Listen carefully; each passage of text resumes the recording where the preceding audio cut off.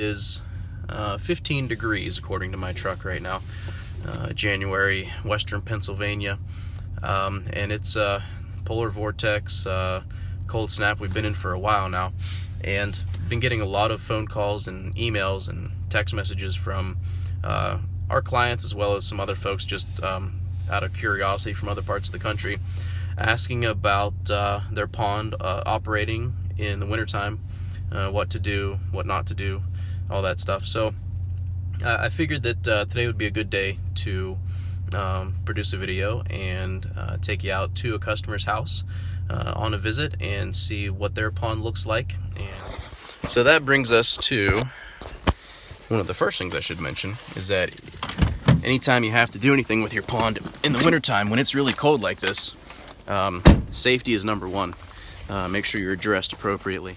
Never walk on the ice, because you know, you could hit a patch of the ice where you might think it's thick, but it might be actually pretty thin if you have aeration running or waterfall running, anything like that. So never walk on it. Wear waterproof gloves if you have to get into the pump or skimmer to pull out any leaves or ice chunks or anything like that. In general, just be smart about it. Don't do anything silly. So typically, this pond runs all winter long. And Peg, our customer, she said that this is the first year that they've had to turn it off, and the reason is because they were losing water, and I told her I'd come out and take a look and see what the culprit was, and take care of it. So I'm gonna flip this camera around. You don't need to see my face. There we go. So this pond is a typical ecosystem setup. It has a skimmer right there. The pump sits inside the skimmer.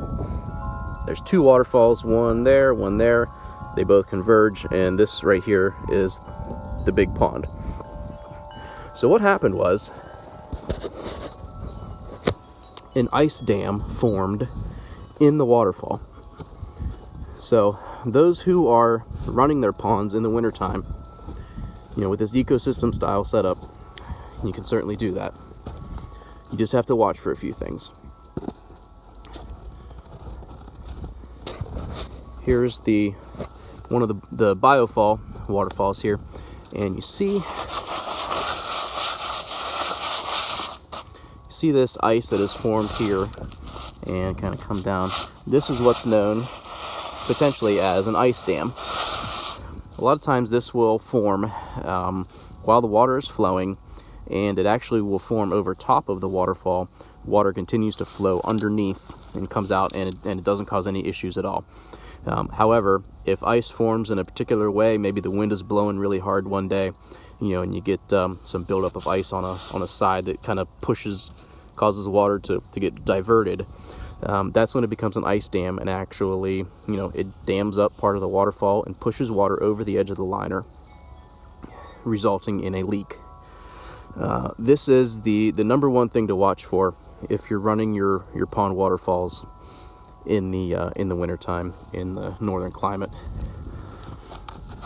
And you can see when the water is running, it creates some really beautiful ice formations. That's why I actually like to run waterfalls and ponds. Hi Kathy, how you doing?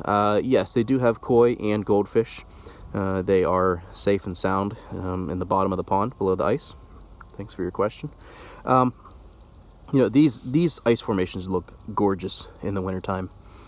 So I actually love to run the ponds, as long as folks are okay with, you know, every day or so coming out and taking a look at their pond to make sure that they're not losing any water. Here's the other waterfall where it starts. There's some ice formed across here. So what happens is, if you allow the water to continue to run and you're losing water, obviously your water level in the pond is going to go down, and eventually the water is not going to be deep enough to make it into your skimmer, which is what happened here. You can see the water is supposed to be up to about here, coming into the skimmer, where the pump can then take it up to the waterfall. I'm going to pull the pump out of here temporarily. We're going to put it in a bucket of water and keep it in their basement, so that way it's not in danger of freezing. Right here is the check valve. A lot of skimmers have check valves to keep the water up in the biofalls. If you're going to turn your pump off for any extended period of time in the wintertime, you want to make sure you release your check valve to let the water out of the pipe so the water doesn't freeze in the pipes underground. Now, in a normal situation, if the water if the ice had formed up there, caused an ice dam, and we were able to catch it quickly, there would still be water in the skimmer. Excuse me. So if we wanted to turn the pump off for a little while, for a week or so during these really cold temperatures, we would simply unplug the pump, release the check valve, and leave the pump in, because it would be submerged in water. It's not going to be in danger of freezing that deep and causing any damage to the pump. If your pond has a pump in the bottom of the pond, a lot of do-it-yourself type ponds, or ponds with just different filtration systems, in lieu of having a skimmer with a pump in the skimmer, we'll have a pump in the deepest section of the pond. If that is how your pond is set up, I do not recommend running it in the wintertime. What that can do is disturb the deeper water, where it's going to be a little bit warmer over the winter. That's where your fish hang out. They they want it to be nice and still and warm down there. But if you're pumping that water, from a pump that's on the bottom up through a waterfall, well, what you're doing is basically super cooling the entire pond, and that's not good for the fish. That can make especially koi, they really don't like that. So if you're super cooling the water, there's a chance that you can lose fish to those colder temperatures than what they're used to. I talked to, they have a pond set up like that, where the pump is on the bottom, and they say, "Hey Tim, I've been running my pump for years in the wintertime and never lost a fish." To that I say, great, that's awesome, but I just wouldn't recommend it. So like I said in the beginning of this video, there's no cut and dry, black and white, perfect answer for all ponds.